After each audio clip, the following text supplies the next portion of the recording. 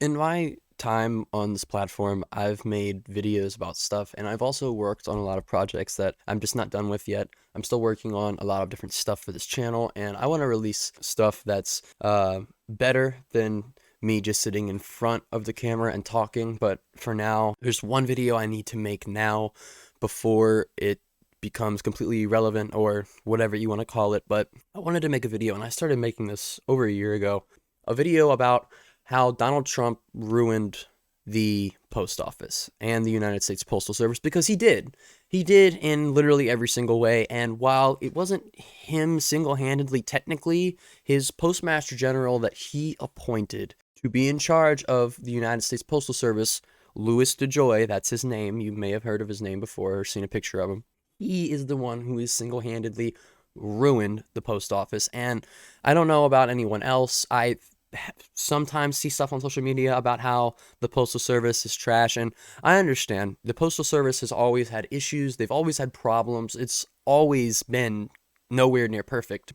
I have experienced problems with my mail where I live, and I wanted to talk about exactly how Trump's appointee ruined the post office, because it seems like almost every single thing this guy has done since he's been in charge has literally been terrible and kind of sort of illegal-ish to a degree. After being given the position of Postmaster General, Louis DeJoy took no time at all to implement a slew of god-awful changes that literally make the Postal Service almost unredeemable, in my opinion. Not completely, but he really fucked some shit up. So we're going to go over the main points of his plan to improve the Postal Service, because that was this. He implemented a 10-year plan to improve the Postal Service, when in reality, all of these steps in this plan are just terrible. So we're going to go over them right now together. So the first step into Joy's plan is longer delivery times for some first-class mail, which means that if you're going to mail something from really far away, or just even, some great distance, it's going to take a while. It's going to take longer than it did before. Step two, shorter hours for some post offices. What that means is employees will not be able to receive overtime for working more than 40 hours. Yeah, one of his steps of his plan is to take overtime pay away from workers if they work more than 40 hours. I don't know how anyone thinks that that's a good idea, because that is one of the worst ideas, if not the worst, in this plan. That is just awful, especially when this Postmaster General literally was in charge and owned a extremely big logistics company. Little side note, I forgot to put this in the first time I recorded, but Louis DeJoy, he owns two houses. One is in Washington, D.C., and then he also owns a 11,000 square foot mansion that he's owned for a really, really long time. It's in a very, very, very prestigious area, and I just want that to be noted. I'm not really one of those people that thinks that if you have like nice things that automatically like makes you a bad person or whatever, but I just want that to be noted here. XPO Logistics, they have exclusive contracts with Amazon. You've probably seen their trucks on the street before. You've probably seen people wearing XPO shirts. They're an extremely big logistics company. He owns them. He has money. It's not this has nothing to do with money for him. This is these postal employees' living wages that he is taking from them. And number 3 is more expensive postal rates. So it's going to cost you more of your moolah to send mail, which, again, is total bullshit. We live in the richest country in the world, and yet constantly companies, government agencies, all of these things, they're pushing back at consumers and citizens and saying, well, we have to shift this cost onto you now, when that's not true. They don't have to. They're saying that they have to, but they really don't. They don't actually have to. And just recently, this isn't the entire plan even. There is a lot of other stuff in this plan that is just terrible. The little post office boxes that you see on the streets, they just started coming, taking them up. just right off the streets, and people were taking videos and photos of this, and there was all this backlash about it when it was happening, and the post office came out and said that they were just moving these boxes to higher volume areas. We don't know if that's true. We don't know if that really happened. We don't know if those boxes got put back down. They have these mail sorting machines in the post office. Part of the Joy's plan was to take almost the vast majority of them, 600 of these high-speed mail sorting machines, and just completely do away with them. Just get rid of them completely. Extra trips to deliver mail. He said you can't do that. That's not going to happen anymore. And something else that he did, which I think is probably the biggest red flag of all for this guy, is Louis DeJoy. Like I told you before, he was the founder and CEO of XPO Logistics. So it's like I said, if you don't know XPO Logistics, it's right here. There's their logo. It's really simple. It's like I said, you've probably seen their trucks before. They are, it's like I said, they have exclusive contracts with Amazon. Huge. They deliver stuff.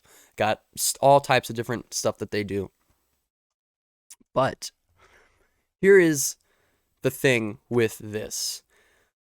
DeJoy awarded an exclusive contract with the United States Postal Service to XPO Logistics.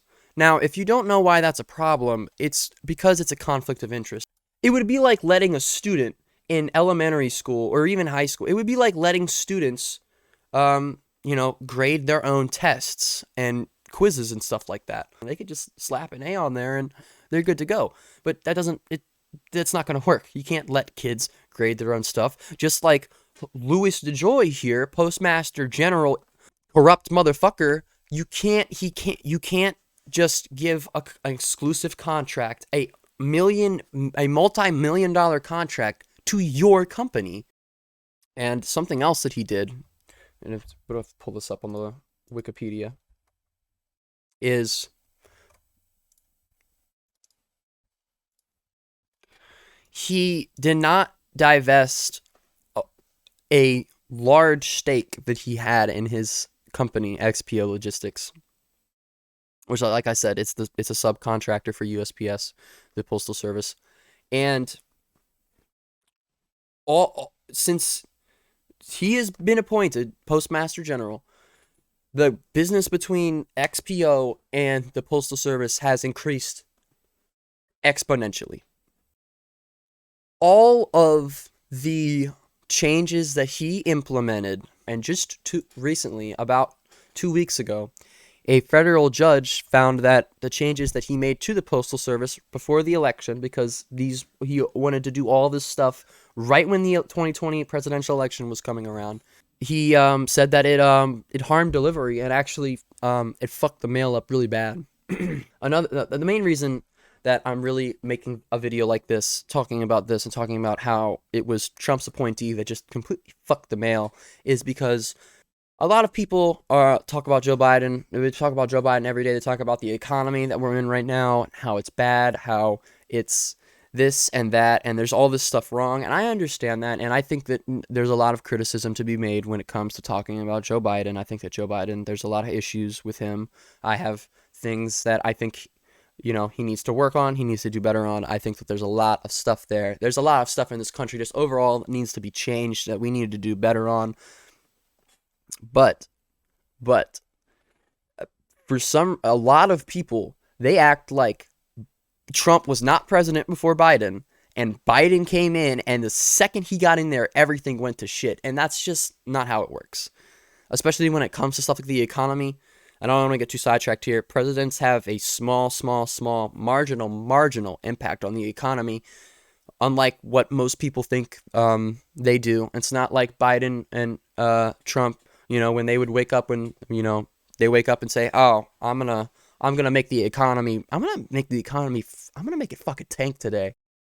My main point is Joe Biden gets a really bad rap. And I think that Joe Biden could be doing a lot more. I think that Joe Biden could be doing things a lot differently and a lot better. But Donald Trump when he left office, every single thing that Donald Trump touched, it got ruined. It was ruined.